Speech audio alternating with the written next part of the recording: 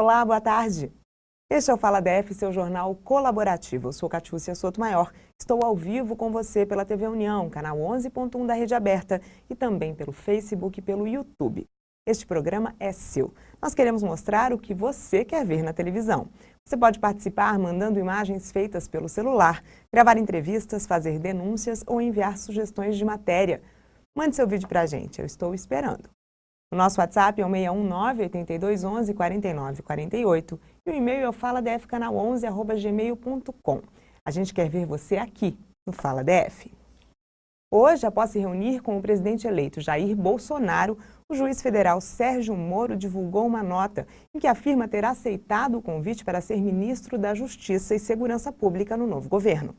Ele disse que tem a perspectiva de implementar uma forte agenda anticorrupção e anticrime organizado com respeito à Constituição, à lei e aos direitos. Fatalidade em um hospital da Asa Sul. Um homem que trabalhava no local morreu esmagado por um aparelho de ressonância magnética. O acidente de trabalho foi ontem por volta das 10h30 da manhã. A tragédia foi no Hospital Sírio-Libanês de Brasília, na quadra 613 Sul, que passa por uma obra.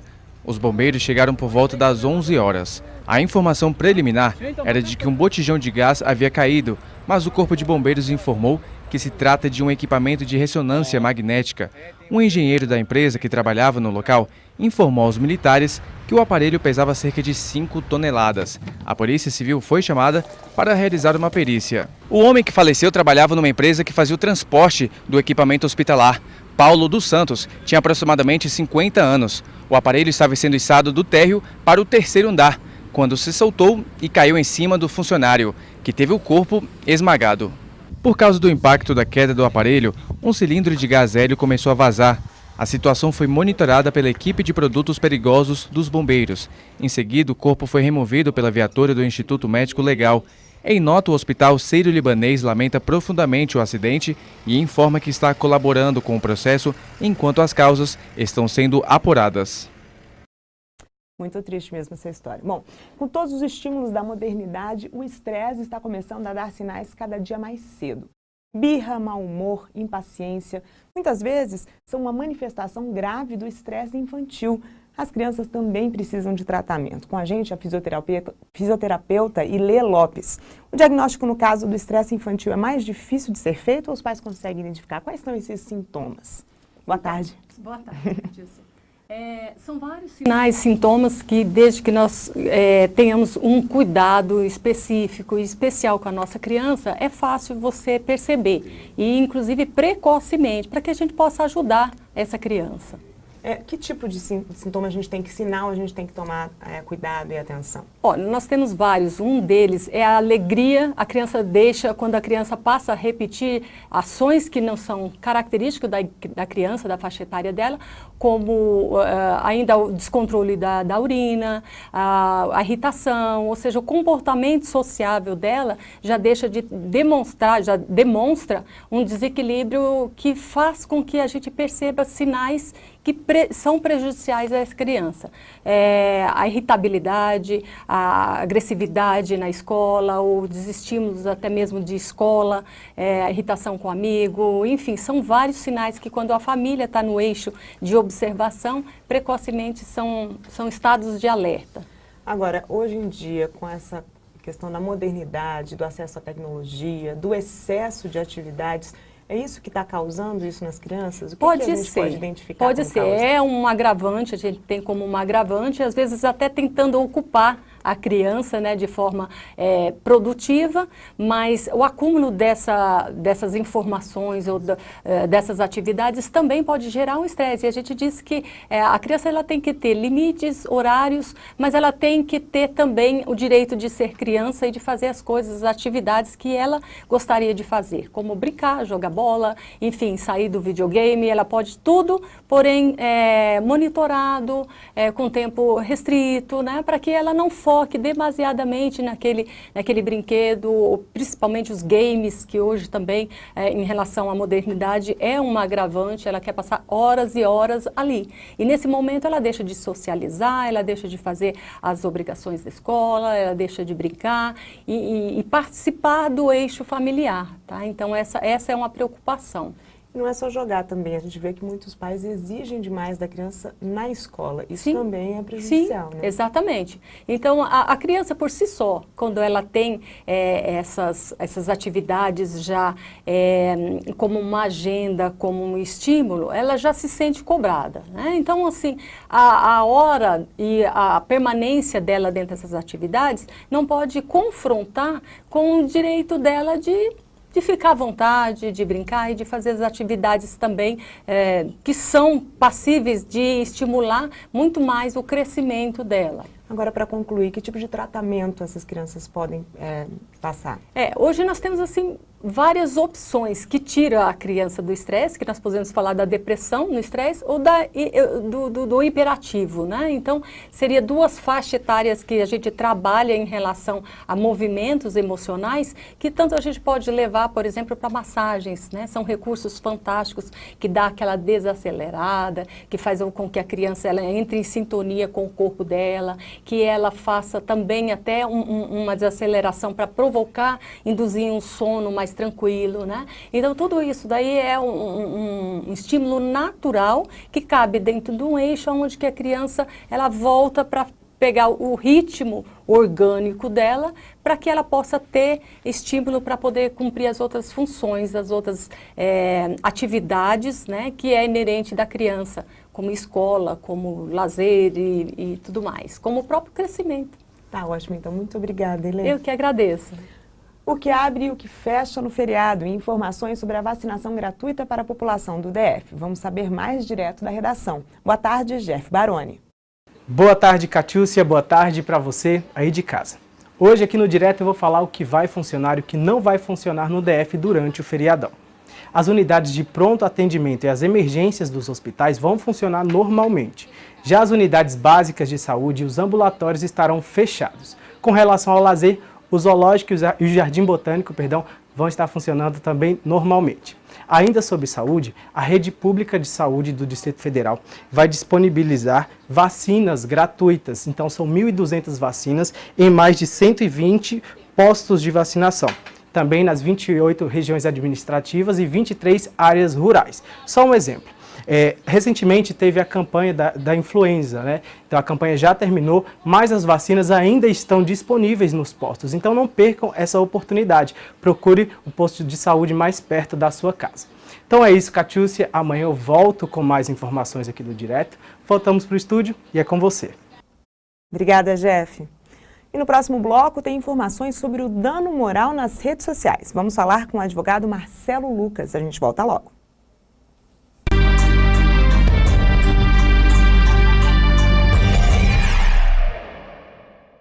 A Operação Finados de 2018 da Polícia Rodoviária Federal teve início hoje e vai até às 23 horas e 59 minutos de domingo, em todas as rodovias do DF e em torno. Durante esses dias, haverá fiscalização nos locais mais críticos, com os maiores índices de acidentes e criminalidade. A PRF vai reforçar o policiamento ostensivo nas rodovias e estradas federais. Os motoristas vão realizar o teste do bafômetro e a operação vai intensificar a fiscalização de excesso de velocidade, ultrapassagens e o não uso do cinto de segurança. No ano passado, a Operação Finados registrou 700 flagrantes de desrespeito às leis de trânsito. Ocorrências policiais em Samambaia, Santo Antônio do Descoberto, Ceilândia e Recanto das Emas. E ainda uma explosão que assustou usuários no metrô de Águas Claras. Vamos conferir. A Polícia Militar prendeu ontem este homem e mais uma mulher suspeitos de roubarem uma loja de departamentos em Samambaia Norte. Os agentes conseguiram as características dos autores, o modelo e a placa do carro utilizado na ação criminosa. Durante as buscas, a PM localizou os dois em Santo Antônio do Descoberto. Eles estavam com os objetos roubados, um simulacro de arma de fogo e o carro usado no crime. A polícia encaminhou os criminosos para a 26ª DP em Samambaia e depois para a Delegacia de Santo Antônio do Descoberto. A Polícia Militar divulgou ontem essas imagens. No vídeo, uma moradora de Ceilândia estaciona um carro e 2 suspeitos abordam a moça. De forma muito rápida, levam um veículo. O crime foi no dia 15 de outubro. O automóvel não tinha seguro ainda. Ontem, a PM conseguiu localizar o carro estacionado em frente a uma casa do Recanto das Emas, na quadra 404. Os policiais verificaram que a placa estava trocada. Eles então entraram na residência e encontraram cocaína, uma balança de precisão, papel filme e diversos celulares, além de R$ 770 em espécie.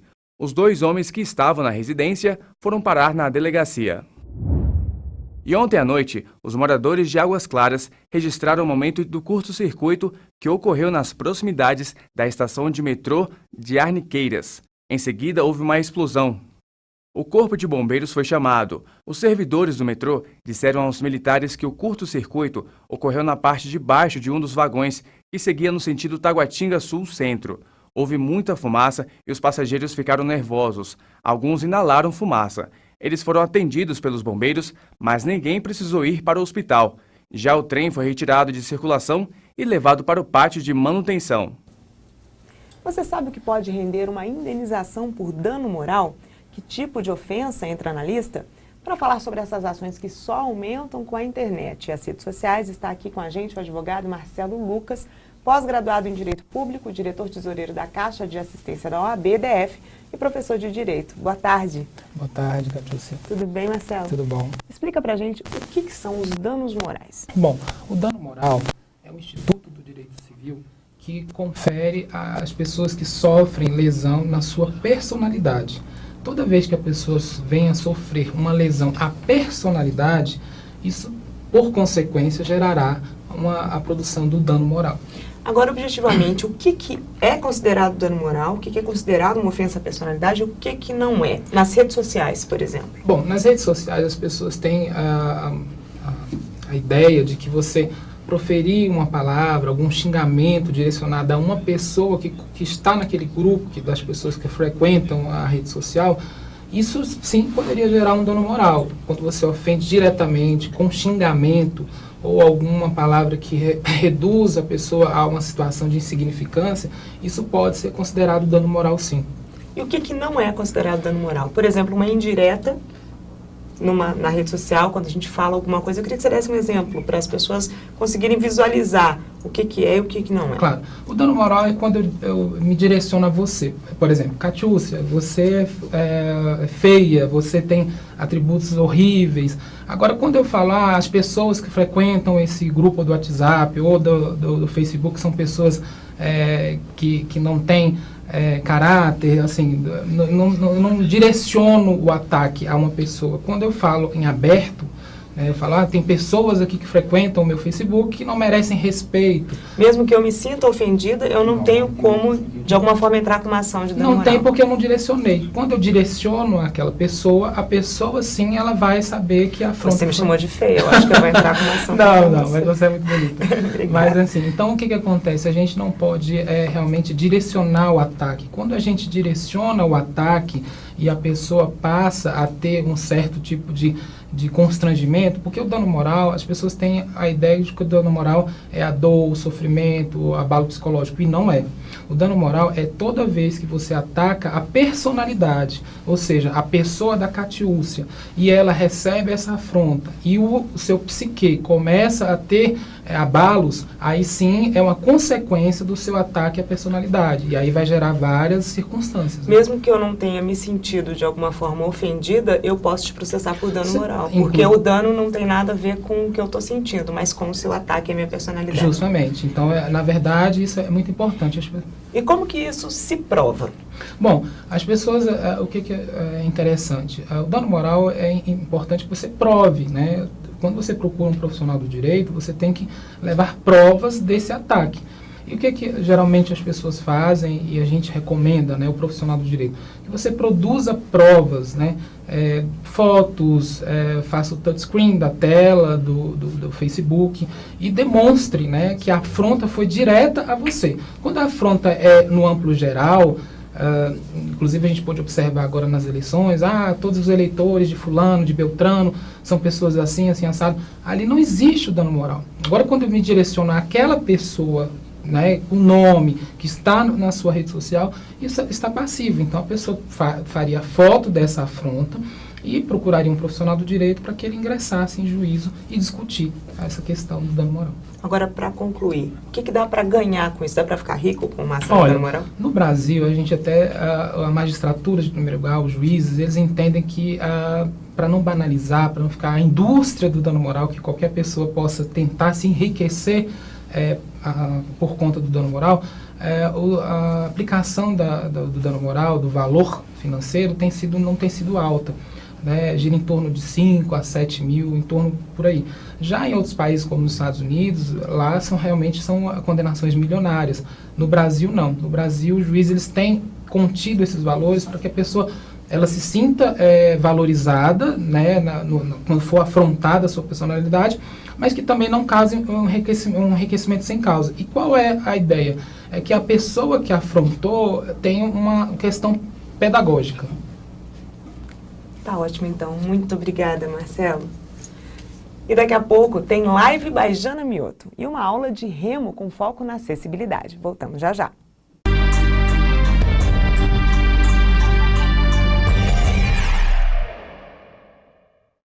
Hoje tem festa dos secretários do Grupo de Assessores Diplomáticos de Brasília. E para o grande dia, cabelo e maquiagem de noiva em um dos salões mais famosos do DF. Vamos conferir mais um live by Jana Mioto.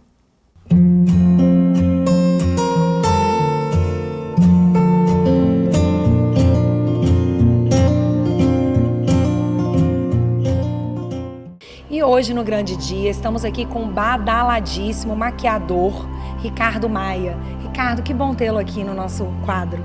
Prazer meu. Estou super feliz de ter sido convidado por você para essa matéria. Me conta como tudo começou. Como é que você começou a se apaixonar por essa arte de maquiar, pentear?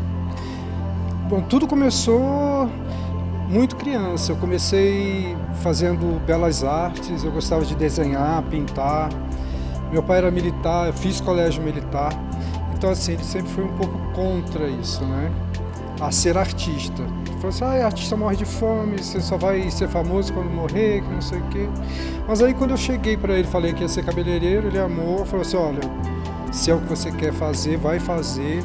Então eu só transferi a arte que eu tinha e gostava de desenhar, até hoje eu pinto tela em acrílico, óleo. Eu transmiti isso para o rosto das minhas clientes. Na minha época a gente não tinha internet, né? Eu sou antigo, né? E assim, foi muito de boca a boca.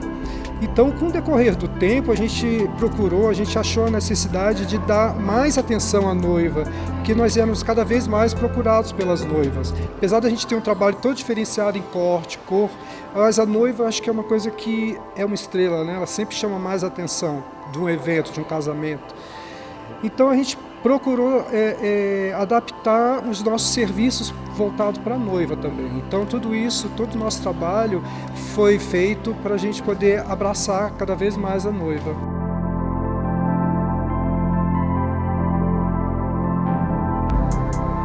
A gente não faz assim, visando nada por trás, a gente visa assim, fazer aquele dia dela o mais importante mesmo. A gente trabalha com sonho. Desde pequenininha, as meninas ouvem histórias de princesa, de fadas, né, contos de fadas. E esse dia é a realização toda essa carga que elas trazem da infância, né, de sonhos, de casar com vestido branco, de princesa. Isso é muito, muito gratificante para a gente que trabalha com noiva.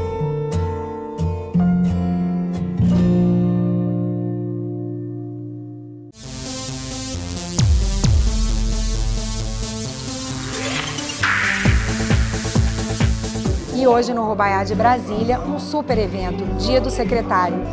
Mais de 180 embaixadas presentes. Vocês vão ver que evento glamouroso e imperdível. Vem comigo e acompanhe tudo de pertinho.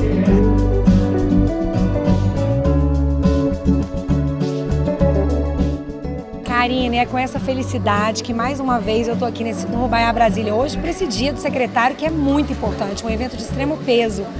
que você tem a me dizer, esse evento que foi organizado com tanto carinho aqui no Rubaiá? Gente, primeiramente, boa tarde. Obrigada, Janaína, mais uma vez por sua presença. É só emoção, porque assim, foi um trabalho de 1 ano e meio, tentando pegar uma empresa, buscando uma empresa consolidada, com integridade e honestidade. O GAD, ele traz isso para os assessores das embaixadas, trabalha muito sério e de uma forma íntegra e incrível. Então assim, tudo foi feito com muito carinho, com muita dedicação, com muitas reuniões. E aí nós podemos hoje presentear com tantos mimos, apresentar para os grupos de assessores a nossa tradicional feijoada, né? Então assim, eu estou honrada, só tenho a agradecer.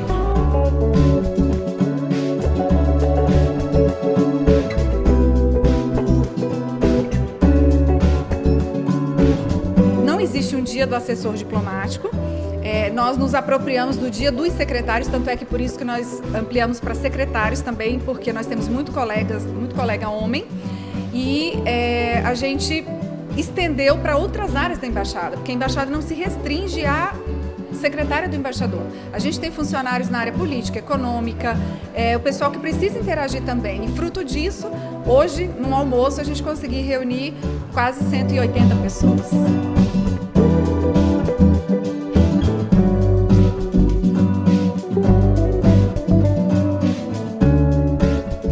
Nesse dia tem para dizer para as secretárias que é um dia tão importante, né? Ah, sim. Para elas eu tenho que dizer que eu estou me sentindo maravilhada e espero que elas também estejam, que elas aproveitem bastante, se integrem, né, entre o nosso grupo, porque afinal de contas a gente passa o ano inteiro mantendo contato apenas virtual e o GAD nos dá essa oportunidade de manter essa relação, né, de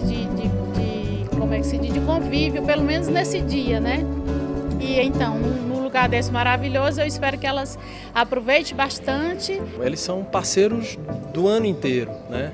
A gente hoje, na ocasião desse evento, comemora essa atividade tão valiosa, né? Mas a gente recebe ao longo do ano, são grandes parceiros, ao longo do ano a gente recebe as demandas vindas das embaixadas. Então, assim, são parceiros que nos demandam para toda a rede, né? Para toda a rede. Então, é um grande cliente. A gente costuma dizer o seguinte no hotel, que as secretárias são as que batem o martelo.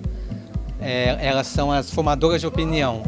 E tanto que a gente trouxe um agrado, um mimo para ser sorteado, 2 finais de semana para 2 pessoas com acompanhante para que conheçam nosso hotel. Não adianta um folder, um filme, eu acho que tem que viver a experiência. E vai ser muito importante tê-las conosco.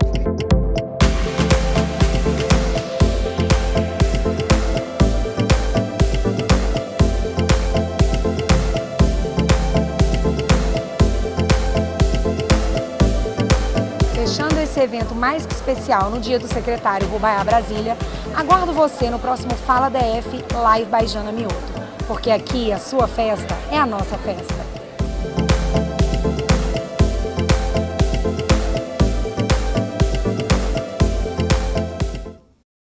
E você sabia que o Distrito Federal tem uma das maiores escolas de remo com acessibilidade da América Latina? O local é conhecido por formar atletas de alto rendimento. Nossa equipe de reportagem foi até o Lago Paranoá para conferir. Praticado em um barco estreito, utilizando o movimento do corpo para se locomover, o remo é um esporte que tem ganhado espaço na capital federal. O educador físico Estevão Lopes treina todos os dias aqui no Lago Paranoá. Mesmo com toda a disposição, nem sempre foi assim. Ele foi vítima da violência, levou um tiro de bala perdida e viu sua vida mudar do dia para a noite. Março de 2012, por uma fatalidade, eu fui vítima da violência de Brasília e fui atingido por uma bala perdida e me tornei paraplégico, uma lesão T9, torácica na 9ª vértebra. E a partir daí minha vida mudou, né? Uma transformação, né? Eu que relativamente tinha uma vida confortável, uma vida normal, me vi numa situação totalmente adversa de tudo que eu podia imaginar na minha vida que pudesse acontecer. Foi essa fatalidade, essa tragédia aí, né? Dentro do processo de reabilitação, através de um trabalho de inclusão realizado por um hospital, ele conheceu o esporte. Foi amor à primeira remada. Tanta paixão que se juntou com 2 amigos para criar uma escola de alto rendimento de remo e canoagem. O esporte ele tem esse poder de transformação, tem esse poder de mudança, né? e traz para você, resgata a autoestima, resgata a qualidade de vida. E quando eu vi que isso aí tudo podia me empoderar, literalmente eu entrei de cabeça e não queria só praticar o esporte. Eu vi que tinha ali uma oportunidade de me tornar um atleta de alto rendimento e aí desbravar o Brasil e o mundo afora aí, né? Não parou por aí. Em 2015, com o remo virou atleta. Passou a competir e conquistou vários prêmios. Na primeira competição, com 7 meses, eu me lembro treinando remo, eu já fiquei entre os 4 primeiros. E aí foi, cara, foi surreal, né? Eu achei, cara, eu vou ficar entre os últimos ali, comecei a remar quando eu vi, cara, eu tô disputando com um cara que é o primeiro do Brasil e que tá entre os 8 do mundo. Isso aí me fez uma gana de querer mais e mais e mais. Kenny Alana é um dos alunos da escola. Devido a um câncer, teve uma das pernas amputadas. Assim como seu mestre Estevão, também se tornou atleta e hoje leva uma vida completamente ativa. E o que não mata a gente fortalece, né? E eu voltei fortalecido e encontrei aí no esporte e na educação também, né? Um escape, né? Para me dar a volta por cima. Eu nunca tive esse sentimento de se vitimizar, né? Eu sempre procurei melhorar, né? Porque a condição quem impõe é a gente, né? A gente que impõe a própria condição de ou você subir ao topo ou você descer, né? Para essas pessoas, a atividade física possibilita melhoria na qualidade de vida e momentos de superação. Traz também benefícios ao sistema muscular, cardiovascular e circulatório. O esporte, sem dúvida, traz muitos benefícios a quem pratica. O professor Matheus Sossi explica como que é o trabalho feito com os alunos e por que o local se tornou uma das escolas referências no segmento na América Latina. Hoje em dia a gente tem parceria com algumas pessoas, nutricionista, temos a fisioterapia e temos uma empresa também que trabalhamos com isso para que possamos melhorar cada vez mais a questão do atleta. Já a questão técnica, a gente tem acompanhamento na lancha, a gente tem acompanhamento em relação a gráfico e dá toda a base para o aluno para avançar, com certeza.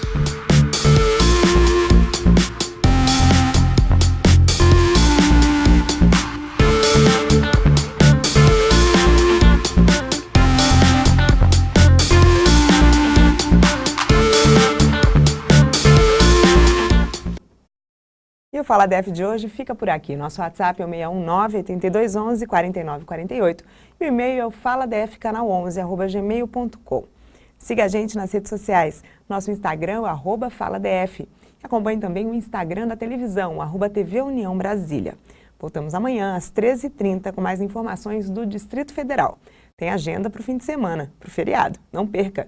Vamos fazer este jornal juntos.